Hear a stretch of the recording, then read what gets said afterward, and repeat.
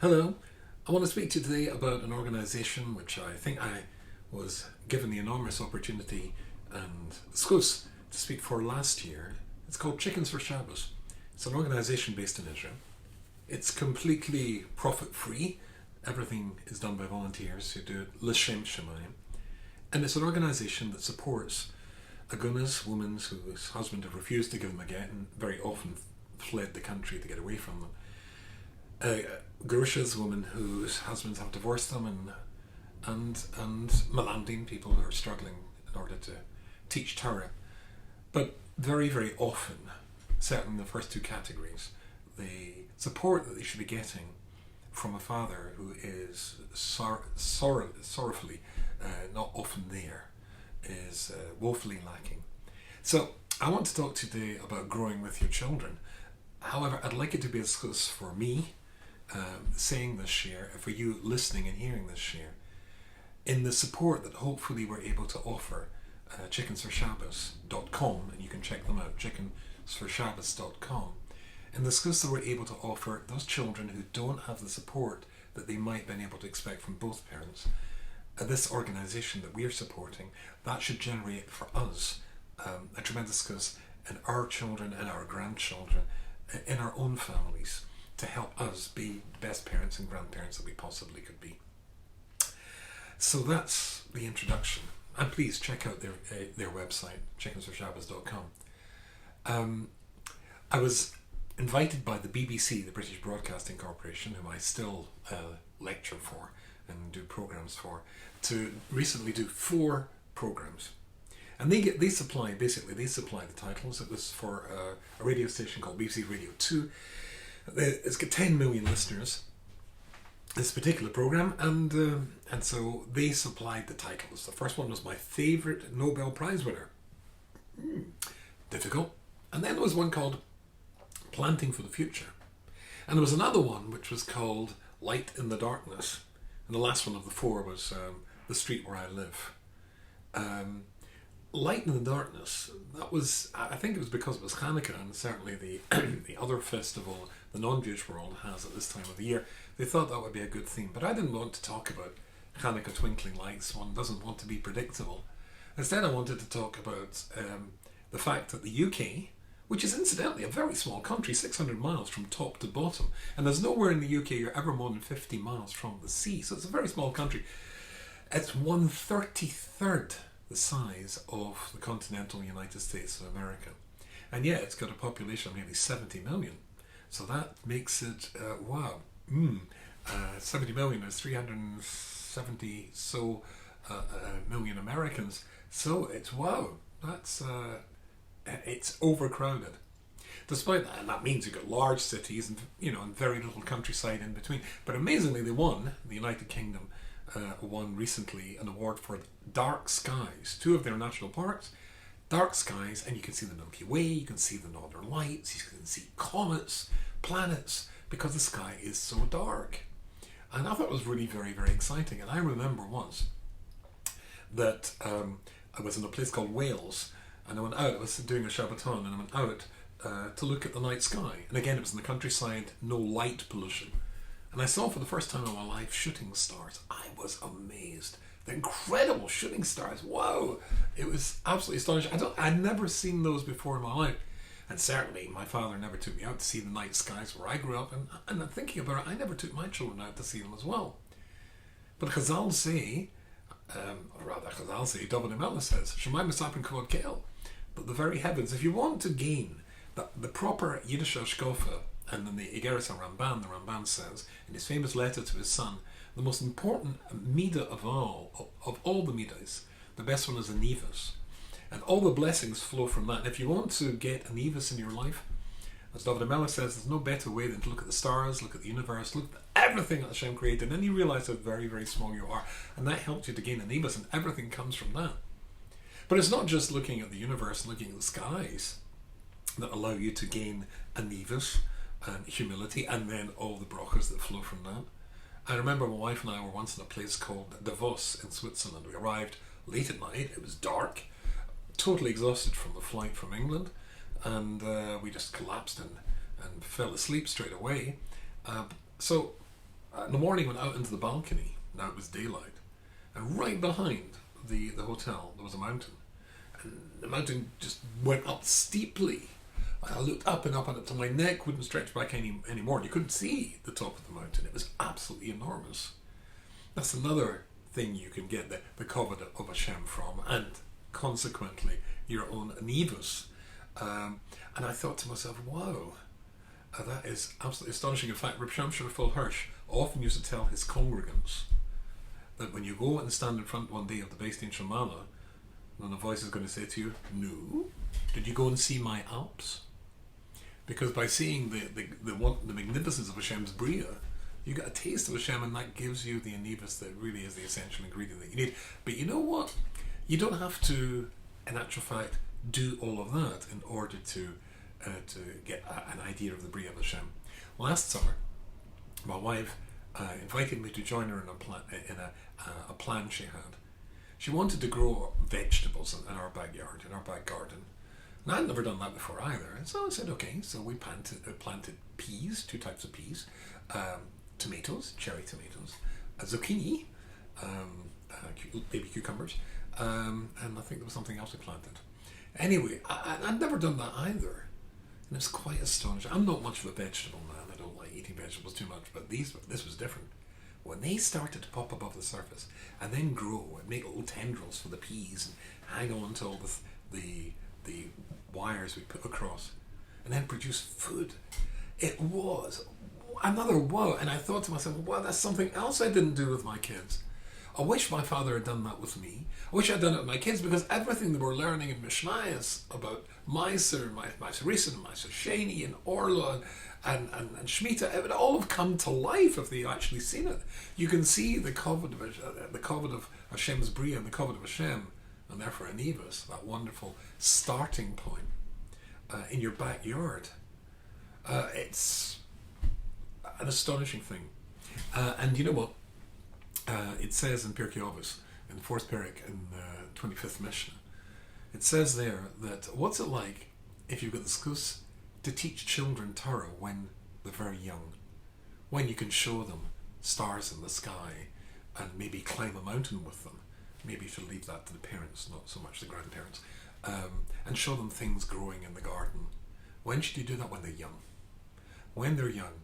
You know, and that's one of the things I was aware of when I was growing these plants that I was planting and growing this fruit with my wife.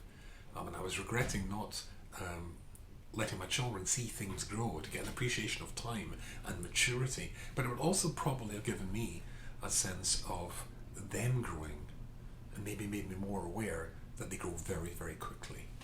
And suddenly they become ripe and ready for plucking and ready to go off and make their own way, surprisingly and shockingly quickly.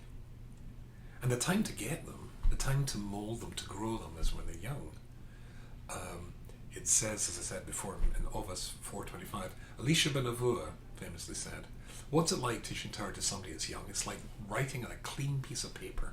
A piece of paper that's never been touched. What happens if you're learning Torah when you're older? Nah, it's not so straightforward. And it's like a piece of paper that's been erased from previous writing and somebody's written on top of it. It's smudged. It's not nearly as clear. It's not nearly as good. The beauty, the fabulousness of bringing up children is when they're young. That's when you really want to get it. And of course, Chickens for Shabbos deals with, as I said before, helping mothers who are left basically doing a single-handed job with that essential other half of the equation, the father too often absent. Unfortunately, I missed out all these, showing these things to my kid, or my father showing them to me, simply because we never thought how important it was. But the more fundamental things, the more basic things, these children are being denied when there's not a father there, or not a father there the way that ideally the father should be there, which makes this whole mitzvah an enormous mitzvah to be involved in, as we are, of course. But it's interesting that it's when they're young. You know, Chazal famously say in the Gemara that children are a taste of Olam Haba. Children are a taste of heaven. I mean, after all, when they're born, they're the most exciting things that have ever come into any of our lives. And you hold them in your arms, and you just feel, wow, this is astonishing. remember when my first son was born, I cried my eyes out. After 4 sons, my first daughter was born, held her in my arms, cried my eyes out. It's overwhelming. And what does it mean that they're a taste of heaven? Well, it's so obvious. This holding this fragile little person who needs you so much to guide them and show them stars, shooting stars in the sky, and comets, and plants growing in mountains, and all the wonderful things that Hashem has created, which creates them to be the onav that they need to be in order to be a successful Jew. But there's another Gemara that talks about Sar Gidel Bonim, the pain of raising children. Pain of raising children? I thought we said it was a beautiful thing. It was a taste of heaven. You hold them in your arms. You get to be their guide, showing them this brand new, fresh world they've never seen before, and all the wonderful things in this world, like we mentioned before, and so many others too. You get to share in their excitement and rediscover your own excitement from when you were young and you saw these things for the first time. This is Olam Haba, surely. Or at least a taste of Olam Haba. Tsar Gidel Bonim? The pain of children? What pain? And then they get to be teenagers. That pain. I have, as I said, 4 sons, and we fostered a little boy for a year, so I've made 5 bar mitzvahs. And I've seen this so many times. There are, you see this in, somebody stands up to learn his bar mitzvah parsha. He is, or has been practicing this for months. You've paid for this, you've encouraged him, you've worked with him, with his drosha or his laning. He stands there nervously, perhaps with his father beside him, and then he starts to learn. At the end of his learning, when he's achieved it and done well, then he looks at you and you look at him, he looks at his family, because all the family is there to see this little child. That's the one that you sent the pictures to when he was born, through all the stages of his life, of, when he was in your arms, and then when he was sitting in his high chair about to eat his first solid food. Oh, that was a great picture. Usually a mashed up banana, most of which he smeared into his hair, but you're dancing with your wife around the kitchen. Wow, the excitement. He ate something solid. And then his first steps, and all those wonderful pictures. Wow. And everybody that you sent them to is there in the show when it's his bar mitzvah. And guess what? He's so proud to be part of you and your family, and you're so proud to be part of him. And yet, 6 months later, only 6 months later, I've seen this. That same little boy with a little voice. Have you ever been to a non-religious bar mitzvah? The little boy stands up and he's got his speech in his hand, and he says, wearing the suit which often is too big for him and a tie that doesn't quite fit, and he starts his speech by saying, "Today I am a man." And everybody bursts out laughing, because this little falsetto voice, this high-pitched voice, is hardly a man's voice. But 6 months later, that same little boy from the bar mitzvah scene I just painted for you a few moments ago comes in and says, "Dad, can I borrow your beard trimmer, Dad?" And he said, "Where'd he go? Where'd my son go?" That 6 months before, he was so proud to belong to the family. You were so proud of him. 6 months later, he looks upon you as a fossil. And you look upon him as a fully fledged, paid up member of the mafia. He thinks you are totally irrelevant. You can't understand him anymore. The simplest request is met by shoulder shrugging and eyeball raising. "Honey, could you bring your dirty laundry down to the washing machine?" Oh, that's Sar Gidel Bonim. At that stage, it's much more difficult. At that stage, it takes everything you've got, everything you know, to be able to guide that little child when perhaps they're no longer listening to you. So that the ideal time to catch them is when they're growing up. And when you think back of all the times that you were a good parent, and you were not such a good parent, remember, it's important to bear in mind that Kibbud Av V'Em is in a specific and particular place on the Luchos. You've got, of course, in the 10 Commandments, you've got 5, which are the first 5 about your relationship with Hashem, and then the next 5 is your relationship with other people. So no adultery, no murder, etc. But the first 5, I'm the Lord your God. But number 5 is Kibbud Av V'Em. But mums and dads are parents. what's this kibbud avim? That's on the wrong side. It should be on the side with people. But it's on the side with Hashem because it's to remind you that, guess what? The person who chose those parents for you and that child for you was Hashem. It's over on Hashem's side. Kibbud avim is over on Hashem's side because you have to know that the parents that you got are the perfect parents for you. That doesn't mean to say they're perfect parents. I certainly wasn't. If you were to ask any of my children, did I and my late wife Alan Sean do a good job in bringing them up? And they were to reply to you in the negative and say no, I would have to accept their verdict. After all, they were my victims. But if you were to ask those same children, did your mother and father try to do a good job in bringing you up? And the answer no to that, then I certainly can't accept that. I know we tried, but inevitably you make mistakes. Because parenting is a very, very difficult business. And often we get it wrong. I remember very clearly when once I got a letter from my bank manager. My bank manager was always sending me letters explaining I was overdrawn yet again, and if I didn't get my balance back into the black very quickly, then I would be in serious trouble. And I hadn't a clue where to get this money. At this moment, or at that moment, when I was looking at all my papers and pulling my hair out, in came one of my sons. And he had in his hand a little toy airplane, and the wing had broken off. And he was really, really upset.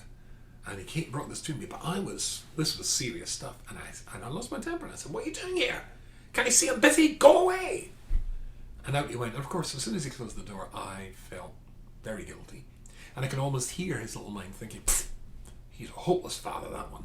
Huh, my friend. Oh, my friend Shawley. He's got a nice dad. Shawley's dad would have helped him repair the plane." And I felt even more guilty. And then I recalled almost exactly the same circumstance. When I was a little boy and my father, I had a teddy bear. He was called Ted. No points for originality there. And Ted's had an arm which pivoted, two arms that pivoted, and one of his arms had come off. Now that's serious. An amputation. And so I came rushing into my father, and again he shouted at me to get out. And I remember thinking the exact same thing. He is a hopeless father, and my friends' fathers would have helped. But maybe he was looking at a letter from his bank manager about an overdraft he couldn't, or didn't know what to do anything about, how to do anything about it. Maybe, in fact, his bank manager was the father of my bank manager, because that's how evilness runs in families. So parents inevitably make mistakes. But as long as the children know they're trying to be good parents, there's plenty of room to forgive the parents. And of course, we often consider our parents to have not done quite such a successful job until we ourselves become parents and realise that it's not as easy as we thought. So it's easy for them to understand. It's not so easy to understand when the father's not there. When the father has run and fled the country, refusing to give your mother a divorce. When she's struggling and she simply and honestly, genuinely can't put food on the table for Shabbos and needs an organisation like Chickens for Shabbos to step in and provide tutors. Incidentally, they've got private tutors tutoring 222 kids who, again, a father should be there, ideally performing that role. And that there's a big vacuum that's not there. Because even when parents get it wrong, you still know that they're your parents. And they're there for you, and Hashem made them for you. Are parents perfect? No. But they're perfect for you. Because that means to say that the things that they get wrong, indeed, you can note that and say, well, I'm not going to do that when I'm a parent. Because parents make mistakes, as the next generation will make mistakes. But what if the parent's simply not there? What if the parent has, for whatever reason, and of course one can't judge, but a parent has absented himself from the child's life? That's when other people have to step in. And when I told you before about children who are teenagers, and how everything was perfect before, and then suddenly when they're teenagers and everything goes to pieces, well, that's the point where you need to turn to somebody else for help, because sometimes the worst possible person in the world to help you with your child is you. Because you don't see them objectively, you don't see them clearly, you need somebody to be able to stand back. Grandparents are very good for that. They love them, like you do, but they're able to be a little bit more objective. and gives them the kids the sort of unconditional love that perhaps sometimes they need, particularly when they're teenagers. But when it's difficult, you need somebody else to step in. That's in a normal family situation. Well, it's so much more the case when the father's not there, that you need somebody to step in, and of course that's what Chickens for Shabbos does. So, we need help. As I said to you at the beginning, I think we all need to have Zechusim in our own life, in our own children, in our own grandchildren, our relationship with our children, our relationship with our grandchildren, and hopefully their relationships with us. And the more Zechusim we can have, the more successful that's going to be. I honestly can't think of any better way than to get Zechusim for our interactions with our children and families that help somebody who has not got the abilities that we have. It's like Chazal famously say, if you need something, if you're, God forbid, sick, and you daven for somebody else who's sick first, that opens the gates of Rachamim to you to be cured as you are praying first for them to be cured. We all need the gates of Rachamim opened when we take on the enormous task of being a parent. And what better way to do that than to help, to daven, to contribute to people whose lack of family structure or the collapse of a family structure has left them literally struggling to put food on the table. So I would invite you to please go to chickensforshabbos.com, have a look at the work that they do. If you've got any spare pennies and dollars and $20 and $100 floating about, wouldn't that be a really great place to send it? So join me in supporting Chickens for Shabbos.